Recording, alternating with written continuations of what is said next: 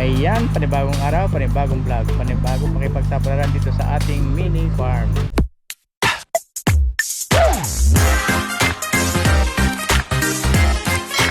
So ngayon, araw ay tayo ay magpapa-abono. Ginagamit nating abono ay Urea 46.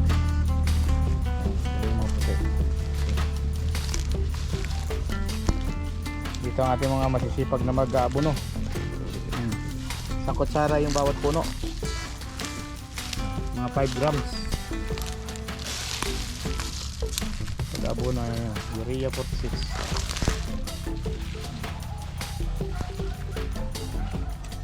Si Mr. Dom at si Paring Une ang nausap kong mag-abono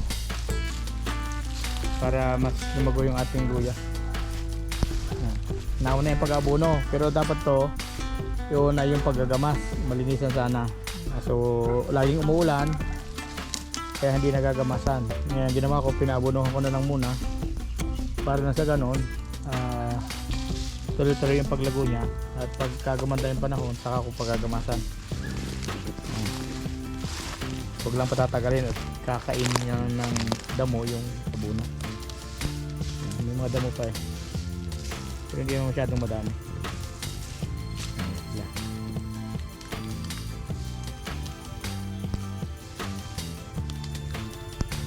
Ayan, i-update ko na ulit kayo kapag yung abono ay umepekto na dito sa tanim na luya. Ang ganda naman yung luya. So pag abono, kapag ganito nang may mga suli na siya, ganito, tatluhan na yung suloy sa isang puno. Ayan, pwede na yan, pwede na abono. Pwede nga dalawa lang eh, para sabay siya sa pagdami ng suloy niya, para dumami rin yung laman. Kasi pagdami ng niyan, sanga yung ganito, suloy na ganito, yan. Pagtaki din yung laman niya, pagdami, yan, ganito. Yan ay bulaklak na. Bulaklak na. Gaganda na sa tanim na luya, hindi siya kinakain ng manok.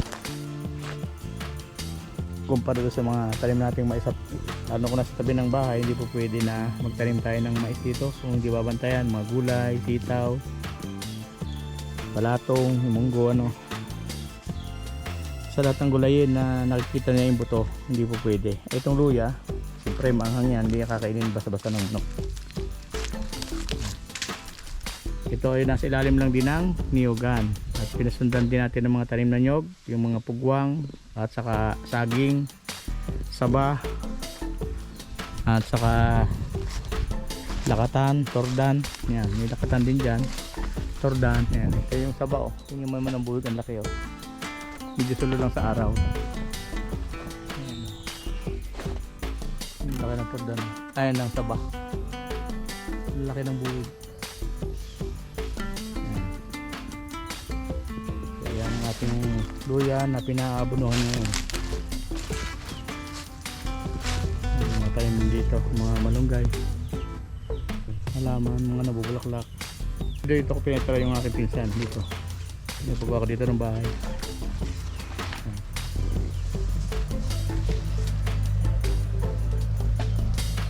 So yung matataas na yan, yung iba niyan, hagingan yung tawag dyan, bubang. Dapat yan magamas na rin. Anyway, darating na magtitiba ng saging, at habang nag-aantay kami, ayan, nagpa-abono muna ako para hindi sayang yung oras. Ayan, tayo ay kapatiba ng saging. Ayan oh, laki.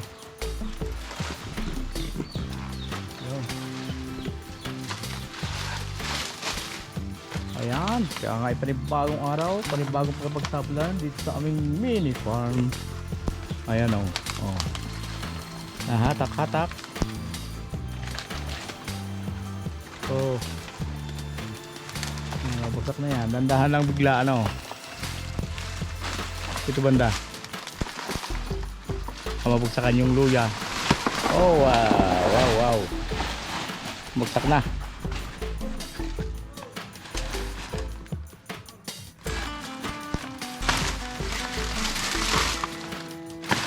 Malaki ang buhig eh oh. Parang may hinog na. Hindi, parang may hinog na saging. Kasi lang yung kulay. Malaki ah. Laki ng kwan sa akin. Ayan. Diba? ID happy.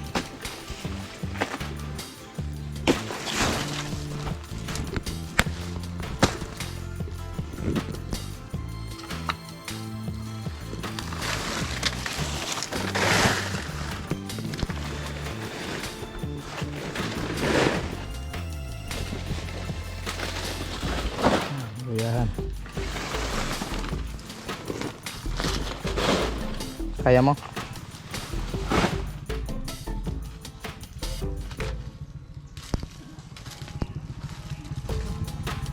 Ah. Wow. Laki. Ang laki ng buwig eh. Talagang.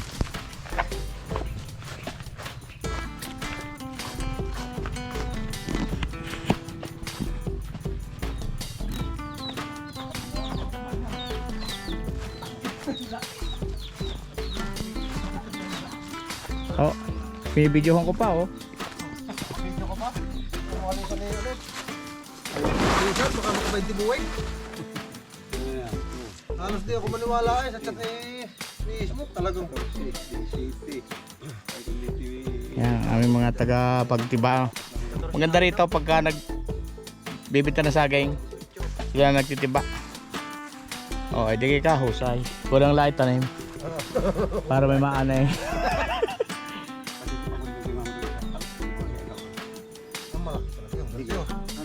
Dalawa, natiba ba yung isa? Wala yata pa nila? Yung tiba mo rin o. Ito kasama oh. Tinuro na daw dito ni mismo ay. Oh. Ba't hindi rin nakasama? Hindi rin nakasama? Hindi ako kasama no. Ay, yung nasa baba dyan, marami, pero pa rin daw dyan. Saan ako nag-pick up nun? Nasa Mr. daw. Ha? Tinapos na pala yung pag-abono. Bala kayo ngayon panghapon eh. Diretso na namin kanina, tayo ko yala. Ano natin boy, nagtuloy ka na rin lang hanggang doon sa may hindi ko parang Naros po hindi yun. Yung tordan kaya doon sa may tabi ng balon. Di ba na? Balon doon ni doon inaano ni paring Chris. Ito na nga ang nakuha namin. Wala na. Ayan.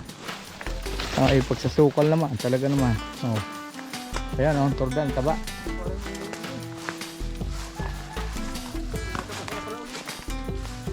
Baka hindi pa eh. Busy pa yung mga maglulukad. Ay, manipis pa nga.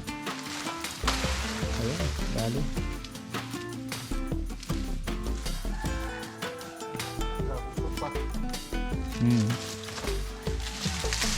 Kaya ko walang ginagawa.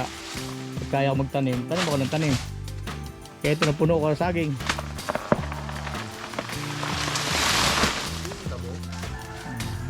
Okay, kahit hindi lugi, pag nagtabas kami, inaani pa rin.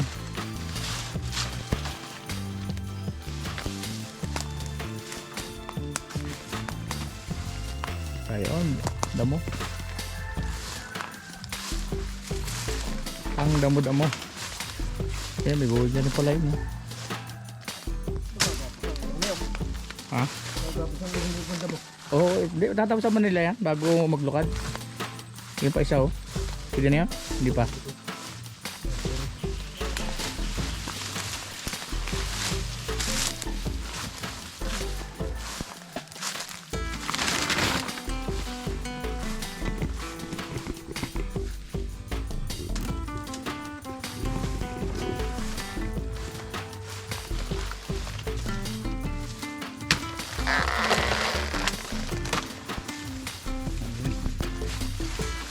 Dalawang torda.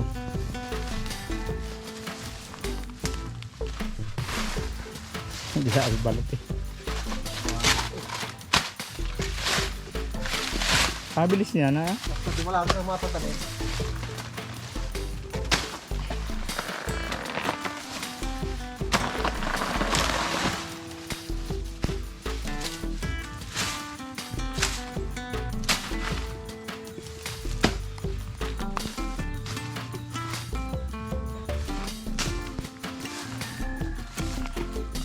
Nabalutan na ang dragon fruit.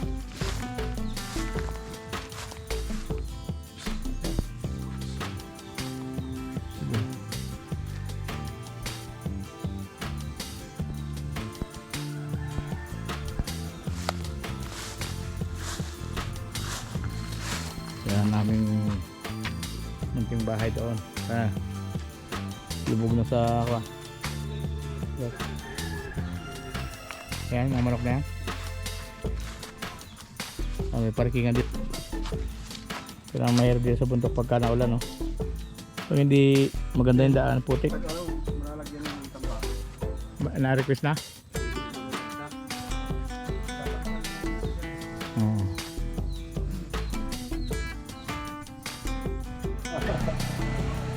Oo. Oh, social na naman yung body na sagay. Kita naman yun, Ray. Kamotor pa, oh. Tulong. Oh.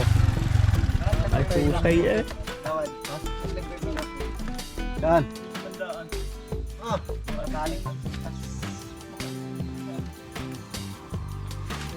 Mahirap hanapin yun. Nako. Pero hindi masisira yun. Pwede mo nilagay dyan, dapat sa... lang yun. Bakit hindi ka naihi? Ay, ah. Nako. Bago kadamo-damo pa lang. Hanap. Sayang alimandaan. Ay, malulungkot yun.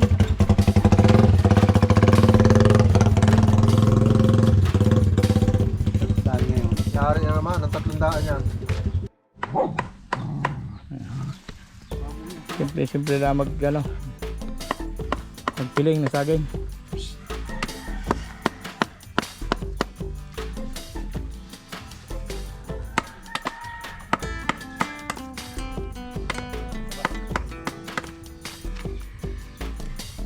Ano ba araw na ngayon? Aling mo na bukas. Galing ko pa ito eh. Galing ko pa eh. Alam mo pa ang araw. Kung may nagbiyahe eh. Tatlo na kami magkakasama sa truck eh. Tatanong mo kayo kung anong araw na.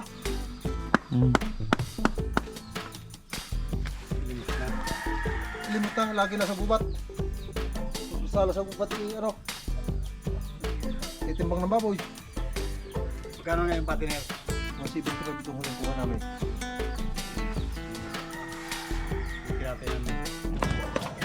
Bukas ay ito titimbangin.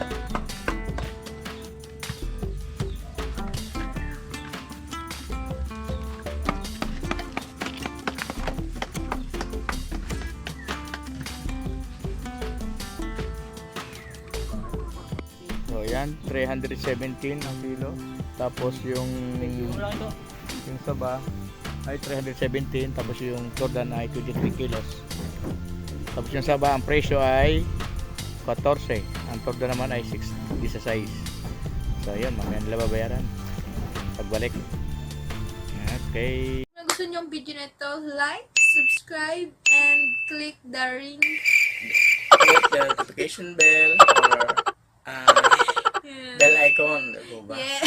2 times para ma-notify po kayo Yes. sa mga susunod namin gagawin na videos. Thank you. Bye! Bye-bye.